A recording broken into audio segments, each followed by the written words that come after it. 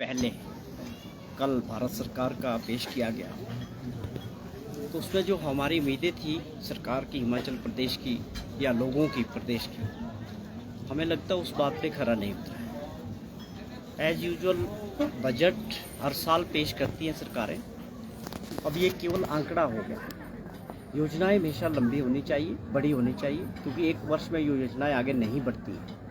और ख़ास तौर पे हमको उम्मीद थी कि जो आपदा के दौरान हिमाचल प्रदेश में जो नुकसान हुआ और उसके 10,000 करोड़ रुपए के नुकसान के हमने सारे जो कागज़ थे वो भारत सरकार को सौंपे थे, और हमें लगता था कि उसके एवज़ में हमें भारत सरकार को विशेष पैकेज के तौर पे कुछ हिमाचल प्रदेश के लोगों की मदद होनी चाहिए। एज यूजुअल इस बजट में उसके बारे में कोई जिक्र नहीं, और वैसे भी ये अंतरिम बजट है, कोई बड़ी बात इसमें नहीं हुई। मध्य वर्ग के जो लोग हैं जिनको उम्मीद थी कि हमको सैलरीड पर्सन है, इनकम टैक्स में कुछ रिबेट मिलेगा, वो भी नहीं मिला। और कोई ख़ास योजनाएं भी हमको जो है रेलवे की बात करें या और दूसरे क्षेत्र में करें, टूरिज़्म के क्षेत्र में करें, तो कोई बड़ी बात इस बजट में नहीं थी। और प्रदेश की बात करें या देश के लोगों को जो एक उम्मीद थी, ये एक बड़ी दूर की बातें इसमें की कि इंफ्रास्ट्रक्चर पे हम इन्वेस्ट करेंगे, वो तो लगातार आगे बढ़ना है समय के साथ। तो एक निराशाजनक रहा।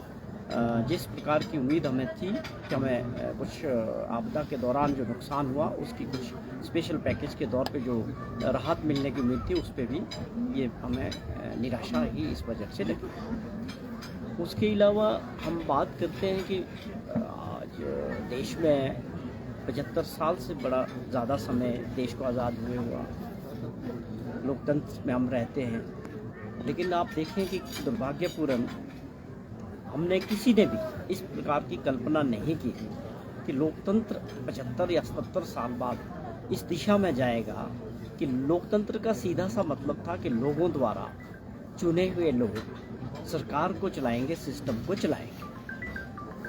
अब देखिए जो हाल ही में चंडीगढ़ में जिस प्रकार म्यूनिसिपल कॉरपोरेशन चंडीगढ़ का चुनाव हुआ, और वहाँ सीधे तौर पे सारी दुनिया को इस चीज़ को इस बात का इल्म था कि वहाँ बहुमत जो है कांग्रेस और आम आदमी के पास था, और उसको दरकिनारे करते हुए किस प्रकार वहाँ out of the way Bhajpa ने अपने मेयर को बैठाया। तो ये अपने आप में दुर्भाग्यपूर्ण है कि अगर लोकतंत्र की कल्पना 75 साल बाद इस दिशा में जा रही है, फिर उस चुनाव का क्या मतलब है जो लोग चुनते हैं, या उस बहुमत का क्या मतलब है जो लोगों में लोकतंत्र में अहमियत रखता है। अगर आपने ताकत के दम पे ही ये सब करना है तो चुनाव कराने की आवश्यकता क्या है देश में?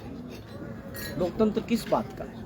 तो वो एक अपने आप में बहुत दुर्भाग्यपूर्ण घटना थी कि आपने 8 वोट को इनवैलिड कर दिया और धक्के पे और जोर पे, ताकत के दम पे भाजपा का मेयर वहाँ बना दिया। ये ठीक है कि लोगों की इस पे नज़र है, लोगों ने इस बात को समझा है, ये सही नहीं है, लेकिन जो लोग सत्ता में बैठे हैं वो समझते हैं कि सत्ता का दुरुपयोग करके इस तरह से लोकतंत्र को कमज़ोर किया जा सकता है। मैं समझता हूँ इसमें सफलता नहीं मिलेगी।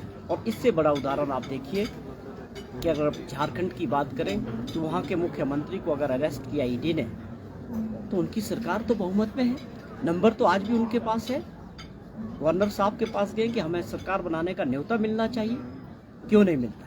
गवर्नर साहब कहते हैं कि हमें जो है एक्सपर्ट्स की राय लेनी। भाई बहुमत साफ है, आपके सामने पेश किया है, अब वो एक्सपर्ट कहाँ बैठते हैं जिनसे आप राय लेते हैं? क्या वो दिल्ली में आका है उनसे राय लेते हैं? वो एक्सपर्ट है कि किस प्रकार उनकी सरकार तोड़नी है, किस प्रकार उनके एमएलएस तोड़ने हैं। ये कौन सा लोकतंत्र है कि लोगों द्वारा चुनी गई सरकार, बहुमत की सरकार को तोड़ने का काम भारत सरकार करती है? ये अपने आप में बहुत चिंता का विषय है देश के लिए।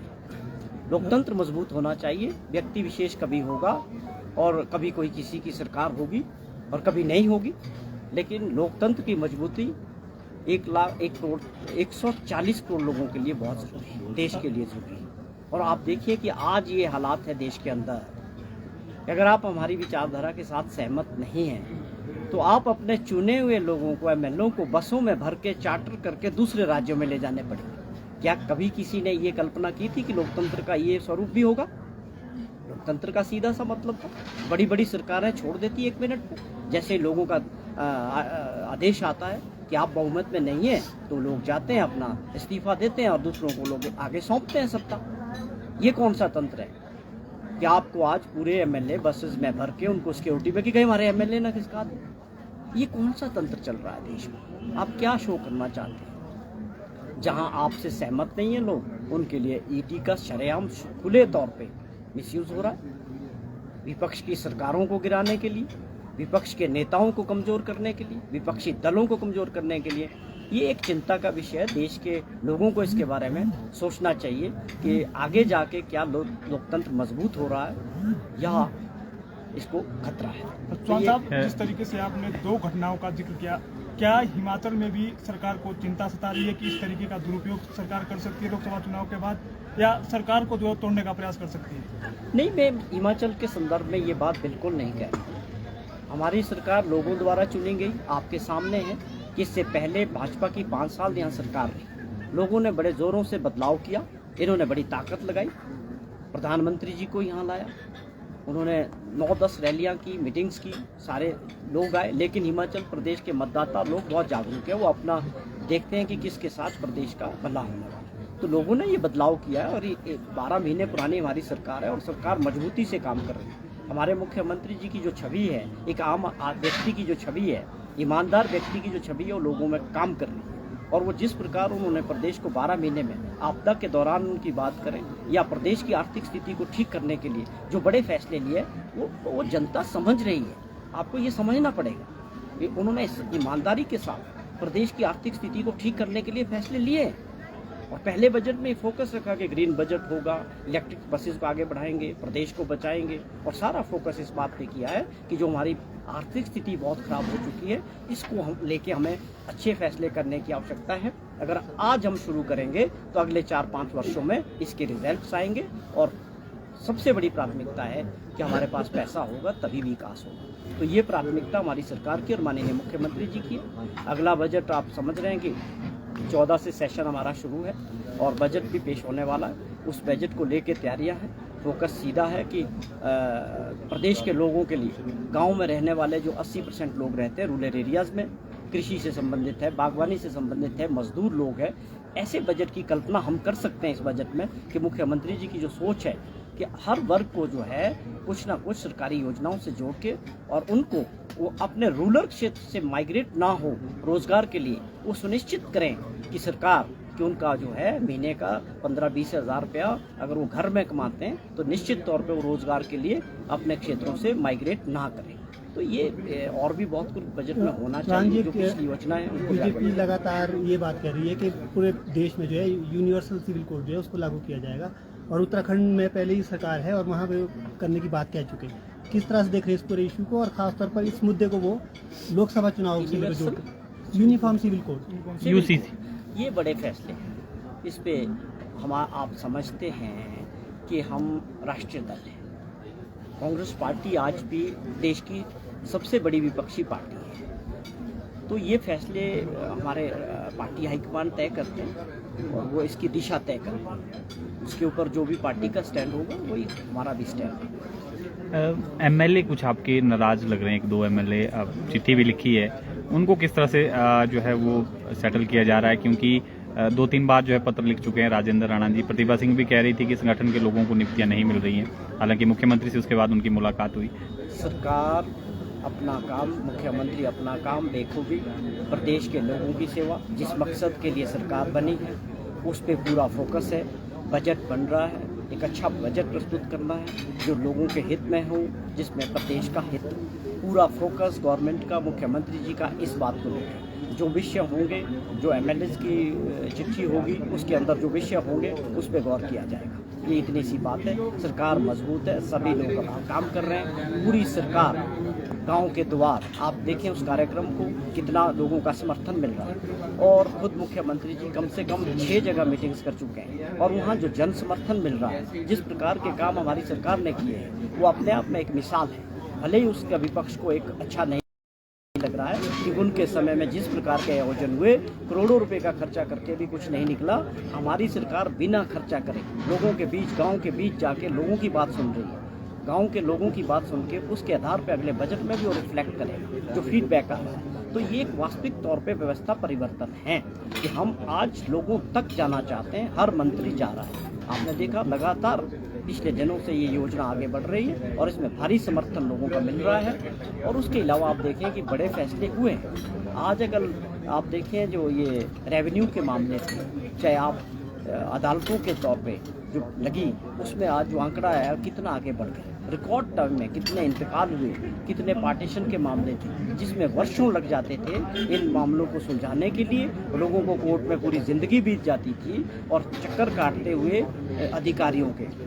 आज अधिकारी लोगों के पास जाके लोगों को बुला रहे हैं कि आपका कोई इंतकाल पेंडिंग है, आपका कोई रेवेन्यू मैटर पेंडिंग है, तो आज अधिकारी लोगों को ढूंढ रहे हैं। तो ये अपने आप में एक बहुत ज़रूरी चीज़ है। जिस तरह से सरकार की जो कार्यशैली है वो पूरी तरह से बदली है। ये मैटर करता है कि लोग आज कैसा महसूस करते हैं, उनकी छोटी छोटी समस्याएं हैं उसको सरकार किस गंभीरता से लेती है और सरकार उसका निपटारा कैसे करती है उनके दरवाजे पे जाकर। ये मैं समझता हूँ बहुत ज़रूरी है कि गवर्नेंस सरकार की होनी अपने आप में बहुत ज़रूरी है।